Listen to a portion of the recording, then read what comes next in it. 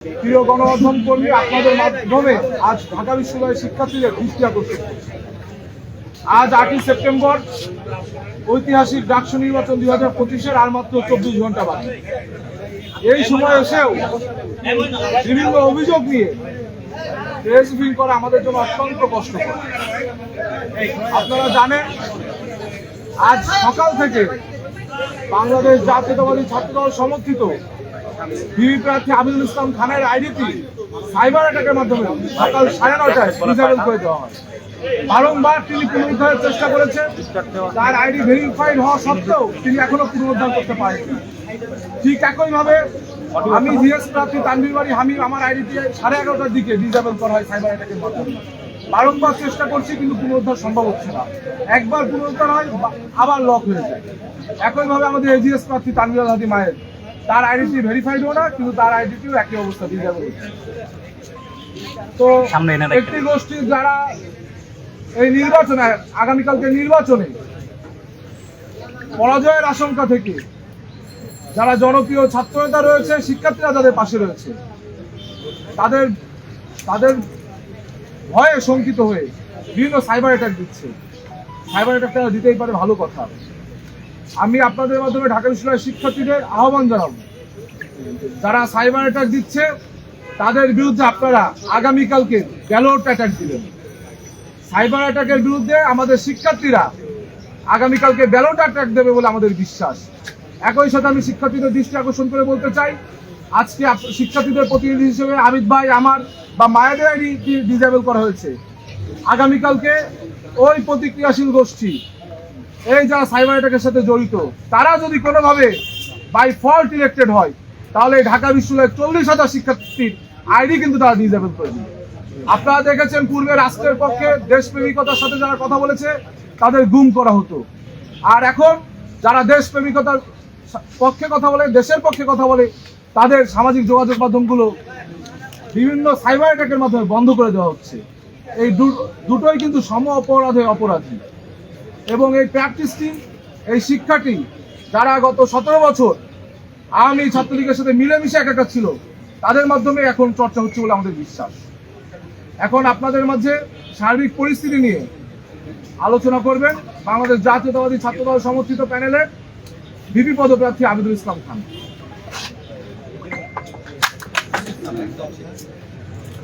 প্রিয় সাংবাদিক বন্ধুগণ, আসসালামু আলাইকুম। আগামীকাল 9 সেপ্টেম্বর গণঅভ্যুত্থান পরবর্তী বাংলাদেশের ইতিহাসে অন্যতম গুরুত্বপূর্ণ নির্বাচন অনুষ্ঠিত হতে যাচ্ছে ঢাকা বিশ্ববিদ্যালয় কেন্দ্রীয় ছাত্র সংসদ নির্বাচন। প্রিয় সাংবাদিক বন্ধুগণ, আমি এর আগেও কয়েকবার আপনাদেরকে সতর্ক করেছি। আপনাদের মধ্য দিয়ে গোটা জাতিকে এবং গোটা ঢাকা বিশ্ববিদ্যালয়ের শিক্ষার্থীদেরকে আমি সচেতন করার চেষ্টা করে গিয়েছি যে নির্বাচনের আগের দিন নানান ধরনের সাইবার অ্যাটাকের প্রিপারেশন আছে। আমি যে সংখ্যাগুলো করেছিলাম তারই প্রমাণ মিলল আজ সকাল 9টা, 9:30টার দিকে। আমি ঘুম থেকে উঠে আমি যখন প্রিপারেশন নিচ্ছিলাম, আমি বাসা থেকে বের হব, ঠিক ওই মুহূর্তে আমি দেখতে পেলাম আমার আইডি নাই হয়ে গেছে, ডিসেবল হয়ে গেছে। আমি বিভিন্ন প্রমাণাদির মধ্য দিয়ে ইনস্ট্যান্ট আপিল করে আমি প্রাথমিকভাবে আমার আইডি নিয়ে আসছিলাম। প্রথমবার যখন আমি দেখলাম ব্ল্যাঙ্ক দেখাচ্ছিল, এর পরবর্তীতে আমি আইডি উদ্ধারের পরে আমি আমার ফেসবুক প্রোফাইলে একটা পোস্ট করেছিলাম যে ঢাকা বিশ্ববিদ্যালয় এবং বাংলাদেশকে সচেতন থাকবার জন্য। ঠিক এই পোস্টের 56 থেকে 57 মিনিট পর আবারও একইভাবে আমার আইডিকে ডিসেবল করে দেওয়া হয়। আপিল করে রেখেছি প্রমাণ আদি দিয়ে। আমি জানি না আমি আইডি আর নির্বাচনের আগে ফিরে পাবো কিনা। প্রিয় সাংবাদিক বন্ধুগণ, আমাদের আইডি দিয়ে আমরা আমাদের প্রচার কার্যক্রম চালিয়েছিলাম, প্রচুর পরিমাণে সেটা রিচও হচ্ছিল।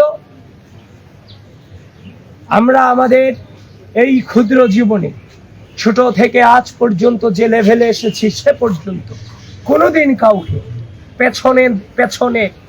পেছন দিয়ে আঘাত করার চেষ্টা করিনি।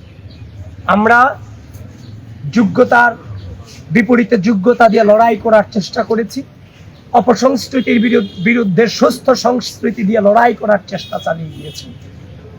আজ আমরা দেখতে পেলাম নির্বাচনের আগের দিন রাজনৈতিকভাবে মোকাবেলা করতে ব্যর্থ হয়ে আমাদেরকে সাইবার অ্যাটাক করে আমাদের আইডিগুলোকে ডিসেবল করে দেওয়া হচ্ছে। প্রিয় সাংবাদিক বন্ধুগণ, এই ঢাকা বিশ্ববিদ্যালয় 5 আগস্ট পূর্ববর্তী সময়ে আমরা লড়াই সংগ্রাম চালিয়ে গেছি সকল রাজনৈতিক অপসংস্কৃতির বিরুদ্ধে, এবং 5 আগস্ট পরবর্তী সময়ে সুস্থ রাজনৈতিক সংস্কৃতি চর্চা করতে গিয়ে আমরা একটা অদৃশ্য শক্তির বিরুদ্ধে এই ক্যাম্পাসে লড়াই চালিয়ে গিয়েছি, যারা শিক্ষার্থীদের মানবাধিকার বিশ্বাস করে না, যারা শিক্ষার্থীদের মত প্রকাশকে ভয় পায়। প্রিয় ঢাকা বিশ্ববিদ্যালয়ের শিক্ষার্থীবৃন্দ, আমাদের পথ চলা শুধুমাত্র কয়েক মাসের জন্য নয়। 2016 সাল থেকে আজ অবধি পর্যন্ত আমাদের একটা দীর্ঘ পর্যায়ের মধ্য দিয়ে পরিস্থিতি মোকাবেলা করার মধ্য দিয়ে আজকের এই জায়গাটুকুতে দাঁড়িয়েছি। জীবনে কোনোদিন অন্যায়ের সাথে আপোষ করিনি, শিক্ষার্থীদের স্বার্থের প্রশ্নে আপোষ করিনি, বাংলাদেশের স্বাধীনতা সার্বভৌমত্বের প্রশ্নে আপোষ করিনি। আজকের এই দিনে আমার এই একটা প্রেস ব্রিফিং করা কোনোভাবেই কাম্য ছিল না এবং একদম অনাকাঙ্ক্ষিত ছিল। আগামীকাল নির্বাচন, আমার নির্বাচনী প্রক্রিয়া নিয়ে আমাদের ব্যস্ত থাকার কথা ছিল, কিন্তু ঢাকা বিশ্ববিদ্যালয়ের শিক্ষার্থীদেরকে বলতে চাই, যারা এই অন্যায় পথকে বেছে নিয়েছে, যারা এই প্রপাগান্ডাকে বেছে নিতে চায়, সাইবার বুলিং করে রাজনৈতিকভাবে মোকাবেলা করতে না পেরে সাইবার বুলিং করে মোকাবেলা করতে চায়, প্রিয় ঢাকা বিশ্ববিদ্যালয়ের শিক্ষার্থীবৃন্দ, আপনারা আগামীকাল 9 সেপ্টেম্বর ব্যালটের মধ্য দিয়ে তার জবাব ইনশাআল্লাহ আপনারা দেবেন, সেটা আমরা বিশ্বাস করি। জীবনের প্রতিটি পড়তে খুব বাজে সিচুয়েশন অতিক্রম করেছি, কিন্তু বারবার একটা বাক্য উচ্চারণ করেছিলাম যে মিথ্যার শক্তিতে কেউ বিভ্রান্ত হয়েও না। আজ ওই মধুর ক্যান্টিন থেকে বলতে চাই, মিথ্যার শক্তিতে কেউ বিভ্রান্ত হবেন না, সত্যের জয় সুনিশ্চিত। এবং আবারও বলছি, প্রিয় ঢাকা বিশ্ববিদ্যালয়ের শিক্ষার্থীবৃন্দ, ঝড় থাকুক, বৃষ্টি থাকুক, যত প্রতিকূল আবহাওয়া কিংবা পরিস্থিতি থাকুক, আগামীকাল সকল অপপ্রচারকারীদের জবাব আপনাদের ব্যালটের মধ্য দিয়ে দিতে হবে। এবং হয়তোবা আমাদের আইডি দিয়ে আর কোনো প্রচারণা কিংবা আহ্বান আমরা জানাতে পারবো না। প্রিয় সাংবাদিক ভাইয়েরা, আপনাদের মধ্য দিয়ে গোটা জাতিকে এবং ঢাকা বিশ্ববিদ্যালয়ের শিক্ষার্থীদেরকে আহ্বান করতে চাই, আগামীকাল আমাদের প্রত্যেককে নেতৃত্ব দিতে হবে। নেতৃত্ব মানে দায়িত্ব পালন।